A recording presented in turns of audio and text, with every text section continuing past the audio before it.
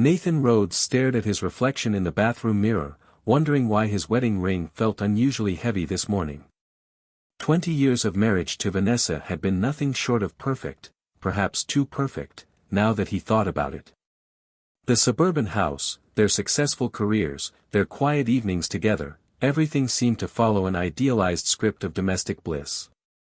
He splashed cold water on his face, trying to shake off the strange buzzing sensation in his head that had been growing stronger over the past week. The mirror's surface rippled like disturbed water, and for a split second, he saw something impossible, his wife's reflection with iridescent violet skin and luminescent eyes. Nathan stumbled backward, gripping the edge of the sink.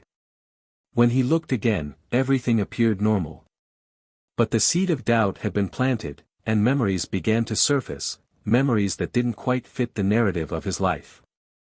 He remembered their first meeting at the coffee shop, but now the details seemed hazy, like a dream half remembered. Had it really been raining that day? Why couldn't he remember the name of the barista who had mixed up their orders?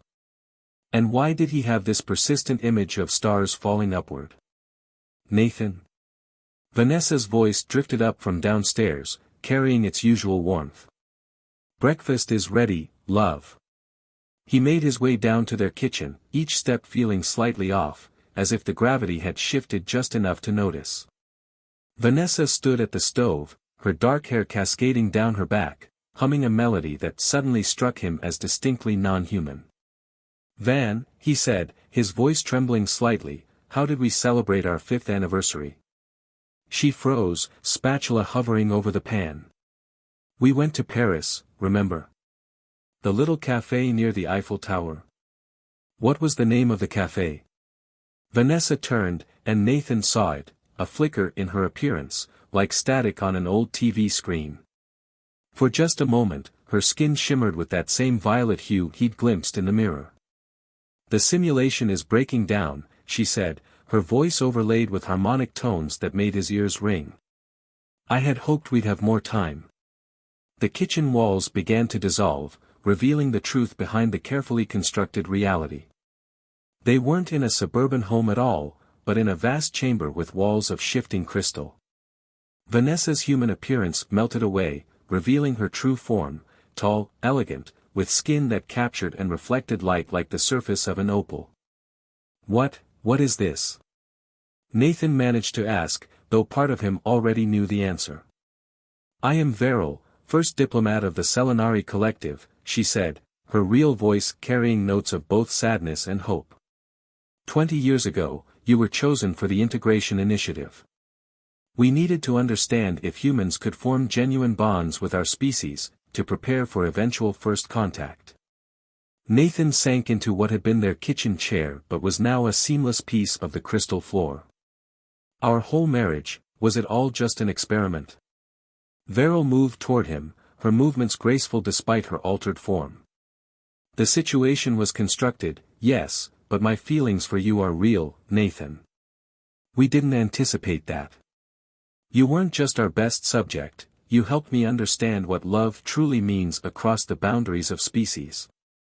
The room continued to shift around them, revealing banks of sophisticated monitoring equipment and observation windows that looked out into what appeared to be deep space.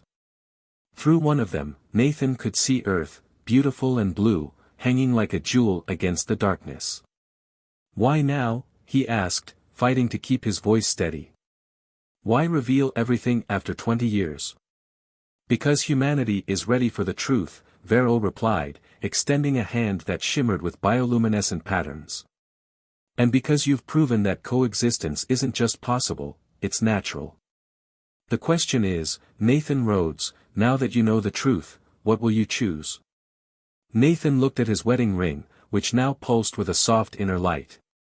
2 decades of memories cascaded through his mind, every laugh, every tender moment, every shared secret.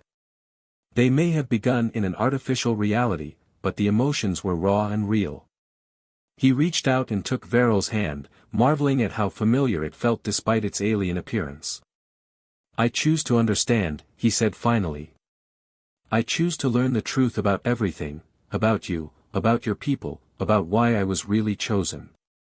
Veryl's eyes brightened with what Nathan recognized as relief, even in her true form.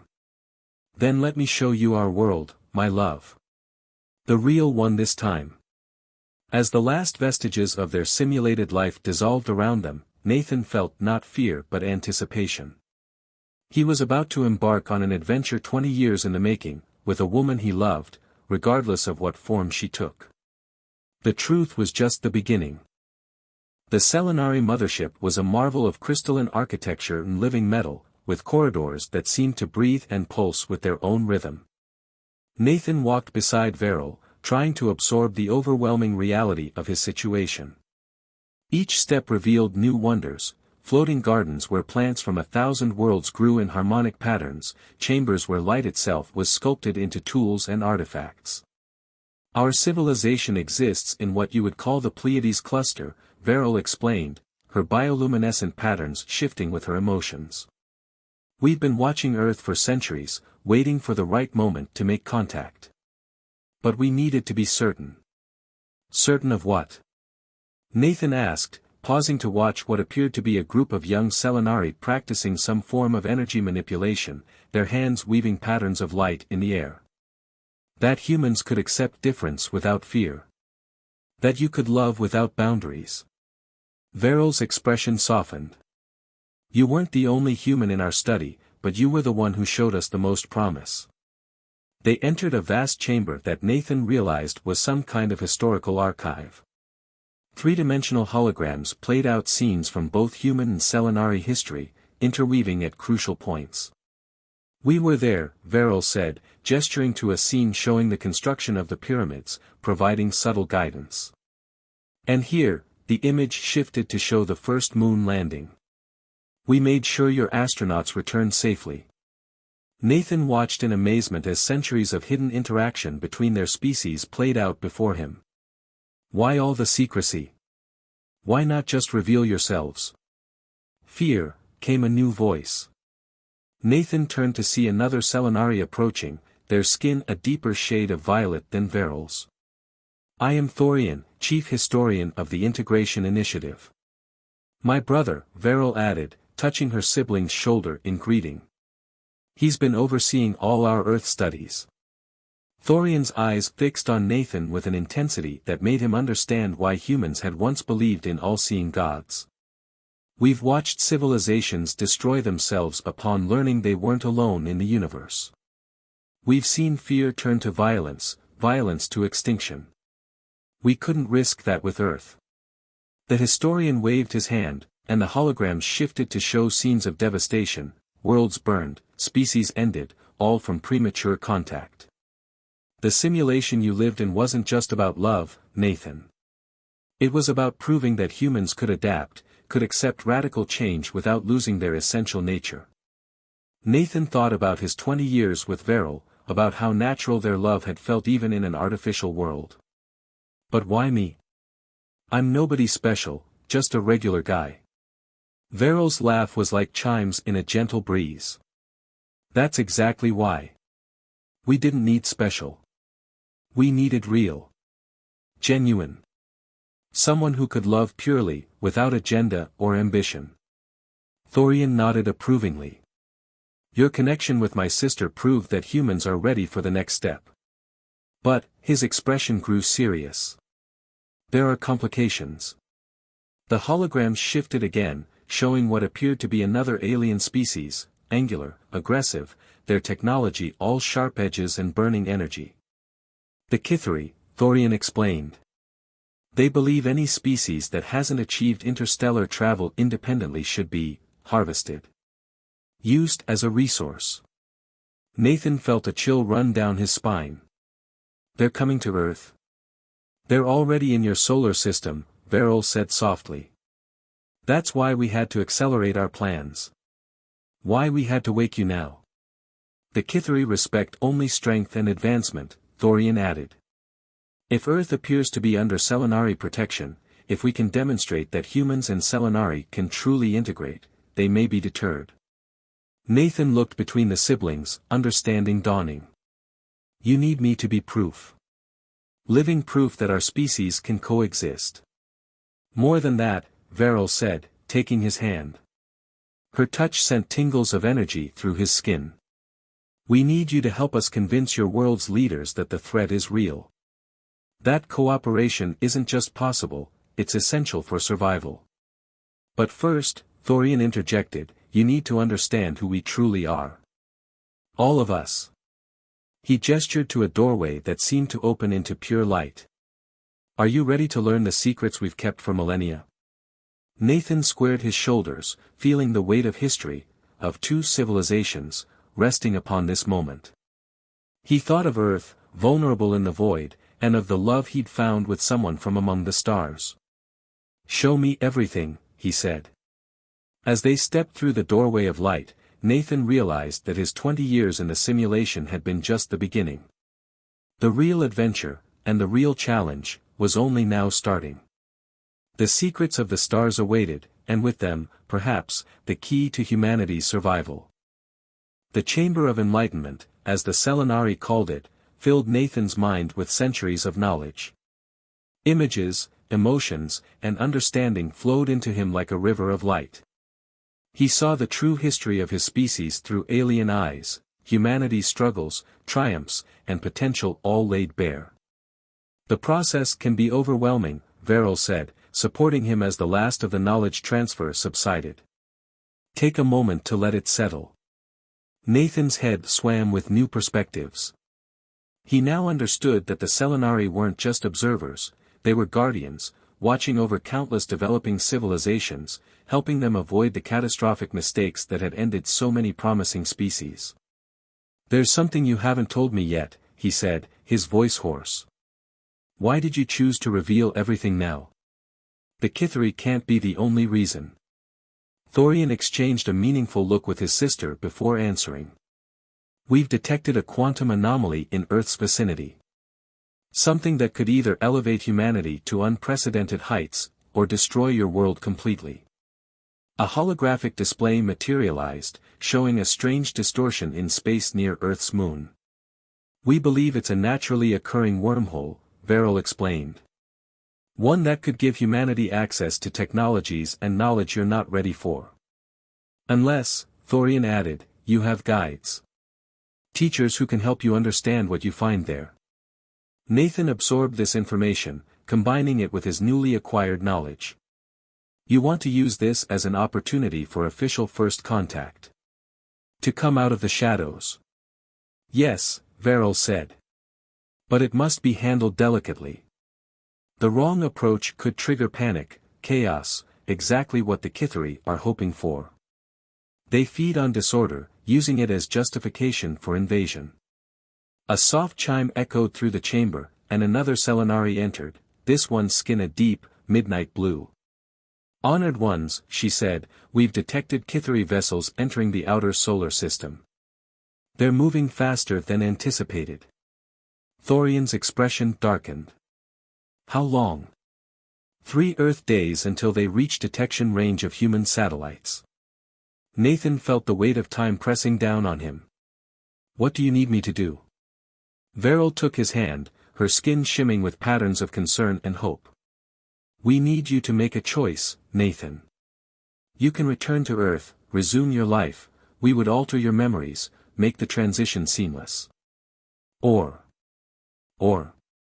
Or you can become our envoy," Thorian said. "The first human to officially represent Earth in the galactic community. You would retain all the knowledge we've given you, help us prepare humanity for what's coming. But," Verrill added softly, "it would mean leaving your old life behind. Forever." Nathan closed his eyes, feeling the enormity of the decision. 20 years of simulated life with Verrill had taught him about love across boundaries. Now he had to decide if he could extend that lesson to all of humanity. "What about us?" he asked Verrill. "Was any of it real?" Her bioluminescent patterns shifted to deep purples and blues, colors he now understood represented profound emotion. "All of it was real, Nathan. The simulation only provided the setting. Everything we shared, everything we felt, that came from our hearts."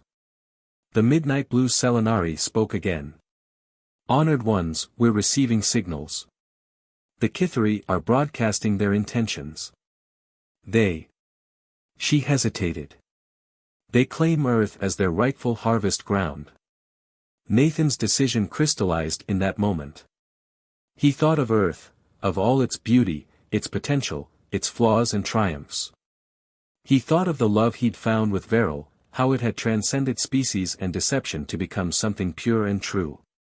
"I'll do it," he said. "I'll be your envoy. But on one condition." Thorian raised an eyebrow, a gesture Nathan realized they'd adopted from studying humans. "Name it. We don't just defend Earth. We give humanity a choice, the same way you're giving me one. Full disclosure, full agency in their own fate." Veril's patterns shifted to brilliant gold, joy and pride. "This is why we chose you," she said. "You understand what so many species never grasp, that true advancement comes only through informed choice." "Then we must move quickly," Thorian said. "The Kithari will expect us to hide, to work from shadows as we always have. Instead, we will stand in the light, humans and Selenari together." As plans began to form around him, Nathan felt a strange peace settle over him. The choice he'd made wasn't just about saving Earth or preserving his relationship with Veril. It was about proving that love, between individuals, between species, between civilizations, could overcome fear, distance, and difference. The next few days would change everything. But for now, standing among the stars with his alien wife's hand in his, Nathan Rhodes knew he was exactly where he needed to be. The Earth hung like a fragile blue marble in the viewport of the Selenari Command Center. Nathan stood beside Veril, watching as the Kithari fleet drew closer, their ship's black angular shapes against the stars. In the 3 days since his decision, they'd been preparing for this moment, humanity's first official contact with alien life. "The world leaders are assembled," Thorian announced, his hands moving across floating displays of light. "All major governments are standing by for the broadcast." Nathan straightened his newly crafted diplomatic robes, a blend of Selenari crystal cloth and traditional Earth formal wear. "Are we sure about this approach? Revealing everything at once?" "Your suggestion was correct," Veril said, her skin pulsing with determined blues and silvers. "Humanity deserves to face this challenge with open eyes." The command center hummed with activity as Selenari operators coordinated their ships into defensive positions around Earth. The next few minutes would determine the fate of 2 civilizations, perhaps more. Kithari vessels approaching lunar orbit, the midnight blue Selenari, whom Nathan now knew as Lyria, announced. "They're charging weapons." Nathan took a deep breath. "Open the channel." All channels. The air filled with floating screens showing news broadcasts from around the world. Nathan saw the faces of reporters, politicians, and ordinary citizens all waiting, watching. In every major city, people had gathered in streets and squares, their eyes turned skyward. "People of Earth," Nathan began, his voice carried by Selenari technology to every device capable of receiving a signal. "My name is Nathan Rhodes. 20 years ago, I was chosen to help prepare humanity for this moment. What you're about to see is real." The screens shifted to show the Kithari fleet, their weapons glowing with ominous red energy.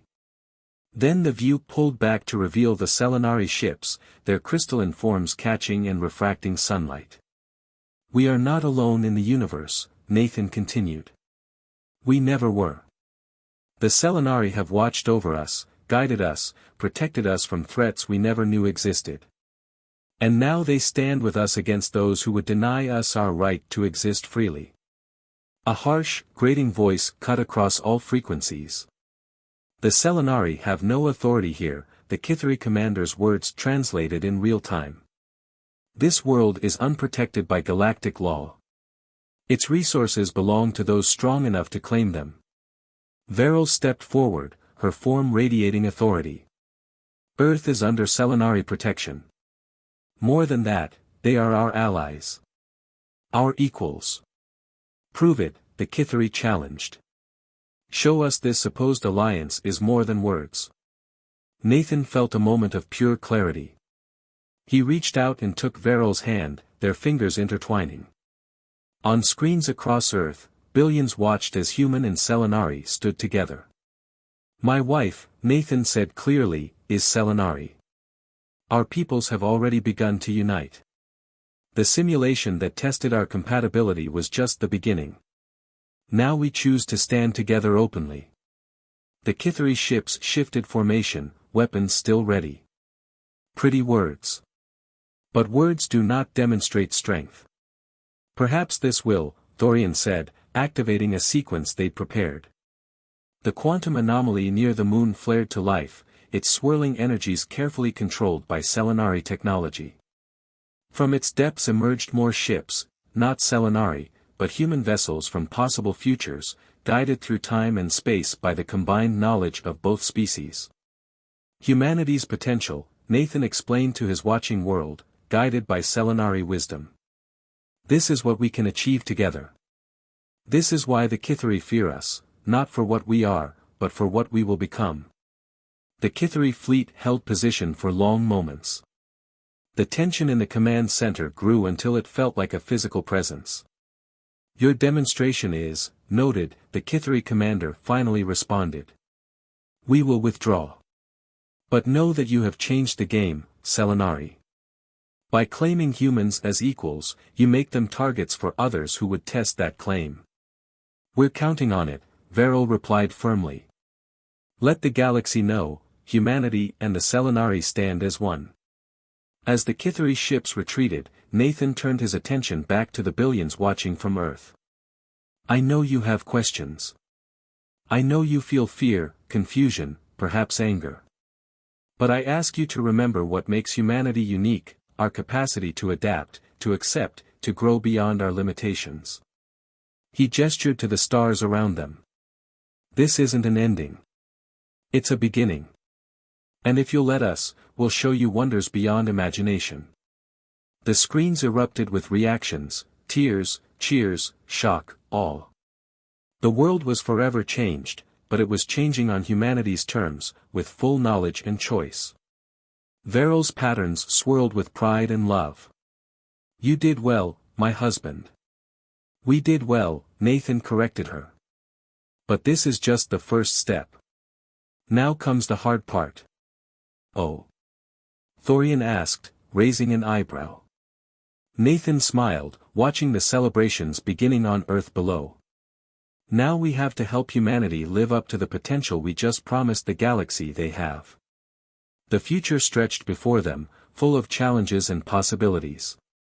But for the first time, humanity would face it with their eyes fully open, and with allies who had proven their dedication through love itself. 1 year after humanity's introduction to galactic society, the Earth had transformed in ways Nathan could never have imagined.